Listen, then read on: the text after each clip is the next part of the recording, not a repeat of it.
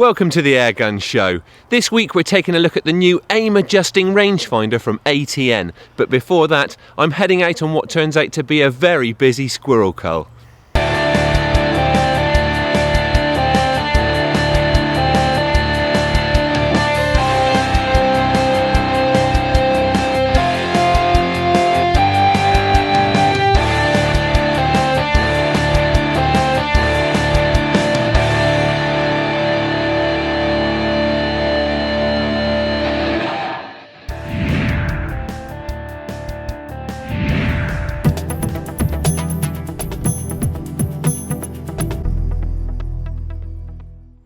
I'm out in the woods today and I'm going to be using a peanut feeder to target grey squirrels. Now I've actually got the feeder set up in exactly the same place where I had it late spring, early summertime.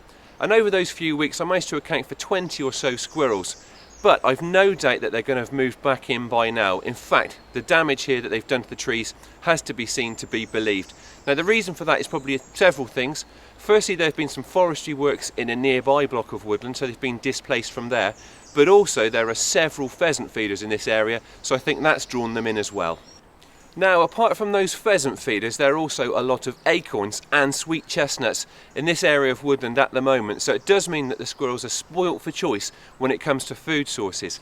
However, I have a lot of faith in the pulling power of peanuts. Now, I've gone about it the usual way. The feeder's been in place for a couple of weeks now, and I've just stayed away from the shooting and kept it topped up during those weeks, just to get the squirrels coming in. Now the theory being that as squirrels visit that feeder, the activity that they create then attracts others. The peanuts are going down very quickly now, so I'm in no doubt that there are a few squirrels visiting. My gun choice for today is the FAC rated Daystate Mark IV. Now, using a high powered air rifle when I'm going to be in a height just 20 metres from the feeder probably does seem like using a sledgehammer to crack a nut, which it is a little bit. However, I've been doing a lot of crow control in these woods of late, and there are some tall ashes quite close to where I'm going to be holed up that they tend to use as a bit of a lookout. Now, the shot would be a bit of a long stretch for a legal limit airgun, so I'm just hoping the extra reach of the FAC may just help me to put one or two of those in the bag. Right, so that's the gun. Let's get cracking and see if we can put it to use. Apart from causing serious damage to the trees, and eating into the grain that's supposed to be holding the pheasants, the grey squirrels here will also be impacting on the resident songbirds, so keeping their numbers down will bring several benefits. Well, I'm in position and the hide site is exactly the same as before. Now I've got a very basic camo net screen up around me, and I've got a tree trunk behind which is acting as a bit of a backdrop, and the branches that I stuffed in before are also still here, just to help to break up my outline a little bit should I be moving against that background. In all honesty, my expectation is that the squirrels will be so distracted by those peanuts that they won't be looking around too much for somebody lurking inside this hide.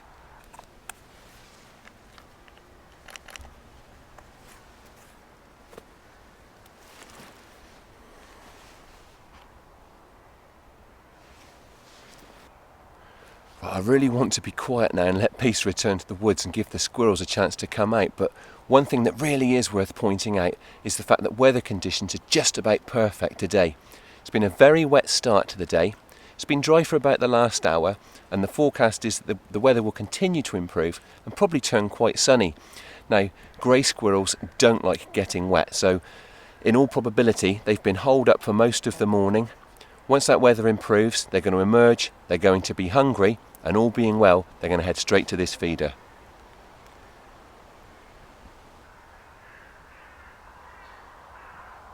This hide net has been in position since the feeder went up, so the squirrels should just take it for granted. It only provides scant cover, but that's usually all you need when the bushy tails have food on their mind. It's time to be patient now. Our arrival has obviously caused some disturbance, but I'm confident that it won't be long before the pull of the peanuts gets the better of those squirrels.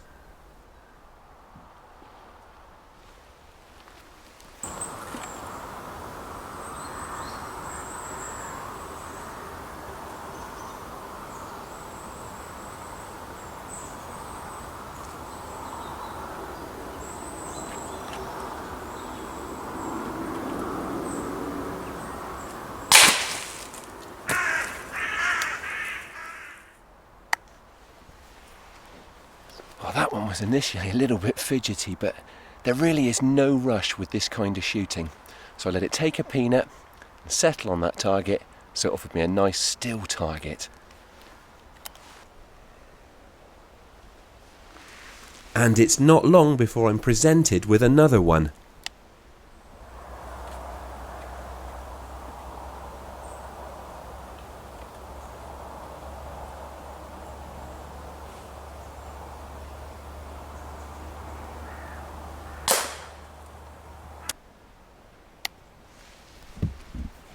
Oh, that one came in, grabbed a peanut straight away, froze staring straight at her, so again it offered me a nice static target and that chance to take it with a really good clean kill.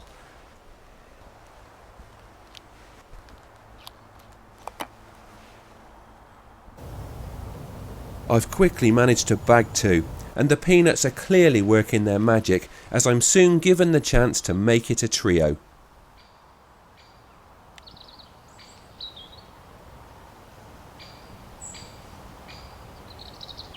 This squirrel may be still for now, but I know where it wants to go. So I sit tight and wait for it to take a peanut and settle. It got the first part right, but I'm still not happy with what I can see of it from the hide, so I'm just going to have to wait a bit longer.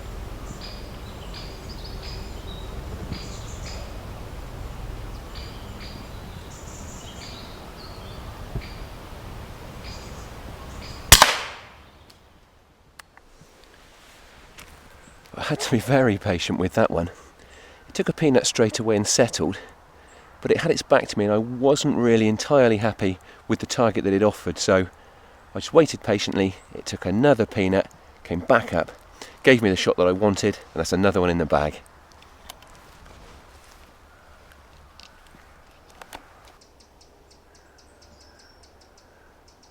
The third kill is followed by a lull in the action, and I'm not entirely surprised after that busy start, but after a bit of a wait with nothing more than birds coming to the feeder, another squirrel puts in an appearance.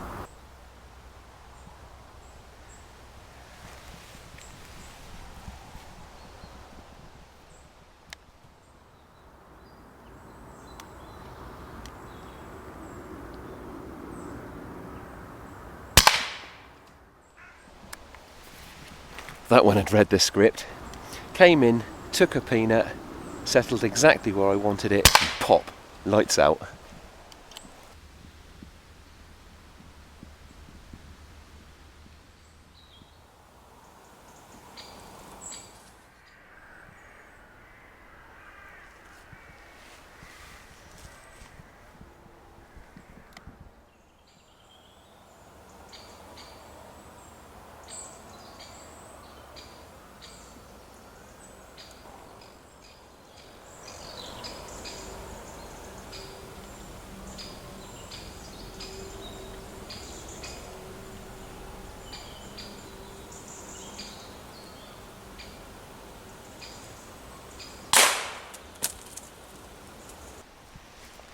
Well, there's another one, and it really does go to show the appeal of those peanuts. There's a lot of natural food around here at the moment, plus those pheasant feeders, yet the squirrels are still absolutely queuing up for this today. Although we've edited out a lot of the waiting between shots, it's still safe to say that this is turning out to be a very hectic and beneficial squirrel control session.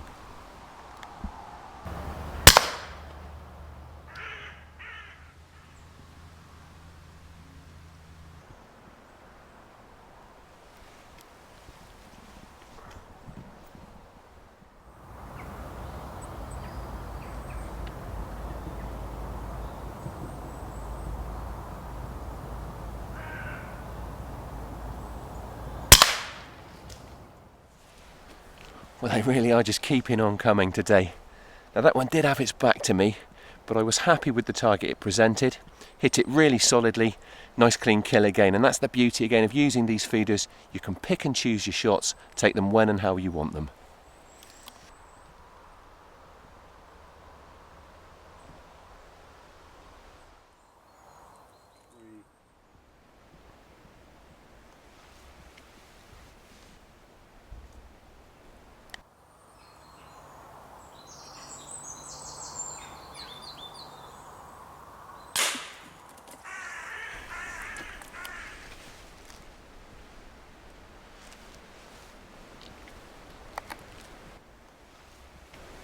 Well, that one dangled for a while, but it is a very typical reaction with headshot squirrels. They're effectively dead as soon as the pellet strikes, but their nervous reflex is sometimes just to clench. If their claws get hold of whatever it is they were sitting on at the time, they'll dangle a bit before they drop away. Now, also that was a very distinctive looking squirrel. It was really dark and rusty around its forelegs and head. You certainly don't see a lot like that.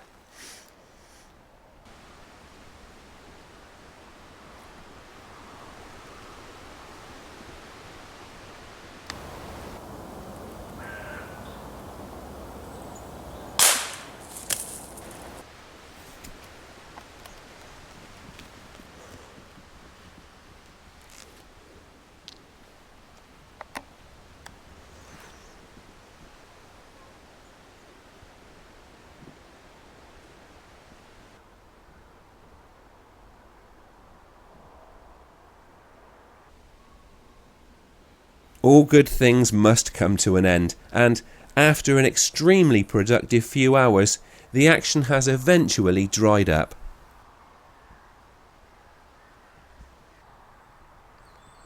Right, well, it has finally gone quiet, and I'm not entirely surprised. We've made a very good bag of squirrels. Now, the weather really has been on our side. The sun came out, and that no doubt stirred those squirrels into activity. And something that's been very handy is the small stand of conifers that we've got around the hide site has kept me in the shade, which has no doubt helped with concealment. So what I'm going to do now is when I head over to pick up those squirrels, I'll refill the feeder and I'll be back again in a few days when I would expect that I'll shoot significantly less squirrels. And I'll keep coming back until I get none from this site, and then what I'll do is move the feeder onto another area of the woods and begin targeting there. It works like a rotation. When that dries up, I'll move it on again, and in probably about 6 months' time, we'll be back at this site and we'll do it all over again.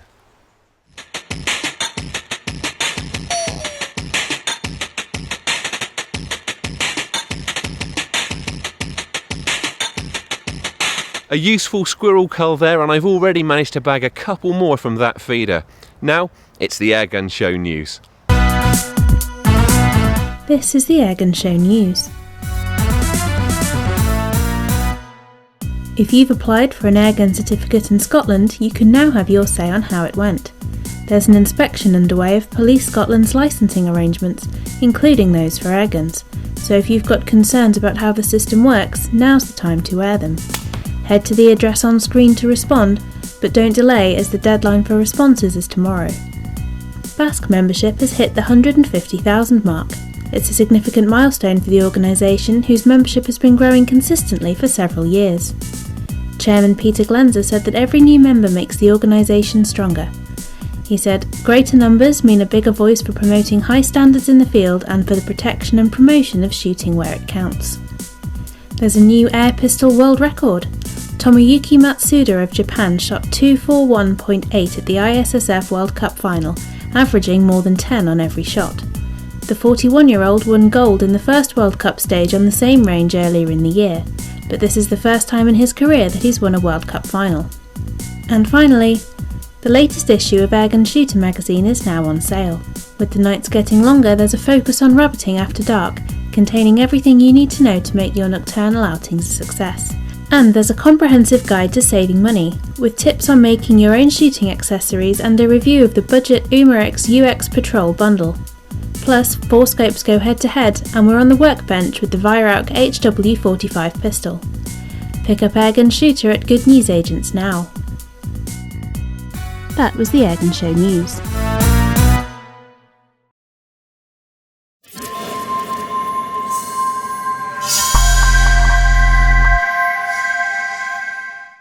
Manufacturers are cramming more and more functionality into laser rangefinders these days, and the Laser Ballistics 1000 from ATN is a prime example.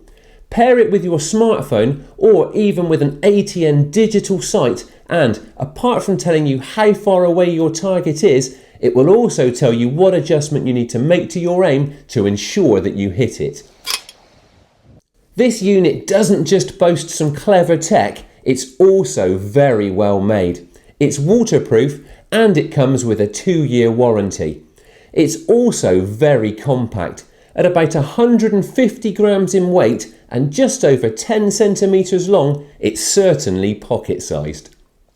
It comes supplied with a 3-volt CR2 battery. It's very easy to install and remove as the sealed cap pulls out by means of a simple folding clip. The kit also includes a tough nylon case to keep the rangefinder safe. Press and hold the power button and the Laser Ballistics rangefinder switches on. Use the ocular focusing ring to ensure that the reticle is pin sharp in the viewfinder, and it's then just a matter of lining up the reticle with your target and pressing the power button again to get the range reading. Magnification is 6 times, and I have to say that although I've only checked it out to 60 metres, the rangefinder is extremely accurate. The 1000 model ranges out to 1000 metres, and I've been able to range targets as close as 6 metres. For airgun shooting, it's a brilliant asset for keeping shots right on the mark. With the rangefinder switched on, you can choose between normal and fog modes by pressing the mode button. Press and hold the mode button and you can toggle between metres or yards on the distance display. As a basic rangefinder, it's fast, precise and very easy to use. But you can get it to do a whole lot more if you download the ATN Ballistics app and then pair the rangefinder to your smartphone via its Bluetooth functionality. You can set numerous different profiles, and while I'd say the technology is probably better suited to rimfire and centerfire rifles, you can get it to work for air rifles. Inside the app, you need to input data such as muzzle velocity, pellet weight, scope height and zero range to ensure that it's matched to your combo. You also need to input whether your scope turrets are MOA or MRAD, plus the adjustment value for each click. You can even input wind speed so that it takes drift into account. All that data allows the rangefinder and the app to perform some very clever calculations. Ping the range now, and apart from telling you how far away the target is, it also tells you the adjustments you need to make to your scope turrets so that you can aim dead at the target and still hit the mark however far away it is. And if you own an ATN digital scope, you don't even need to make any adjustments to your zero. The app can couple straight to the optics and make all the adjustments for you. And the possibilities that opens up would justify a whole video in its own right. So, that's the ATN Laser Ballistics 1000 rangefinder. At £299, it may be a bit steep for some shooters, and it's probably too much tech for the traditionalists. However, if you're into your gadgets and like to incorporate the latest technology into your shooting, it's certainly one to consider. Look out for the new and improved Airgun Shooter magazine, packed full of technique, gear and insight from some of the best shooters in the industry. Brand new look and free video content. Pick up your copy today in stores or online. That's all for this week, but we'll be back again in a fortnight. Thank you for watching, and please don't forget to like us on Facebook and follow us on Twitter. And if you aren't already a member of the BASC, it's time you joined the organisation that works to promote and protect your sport.